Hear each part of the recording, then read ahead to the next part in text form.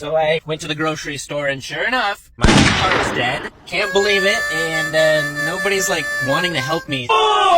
Luckily, I got the AvaPower with me, the car charger, the battery pack, so I'm about to go test it out, see if it charges my car, see if I can jump start it, and we'll go from there. So basically, this thing comes with the battery and then the cables. So all I'm gonna do is just connect the cables like normal, right over here, and then the nifty part is this right here simply connects to the battery.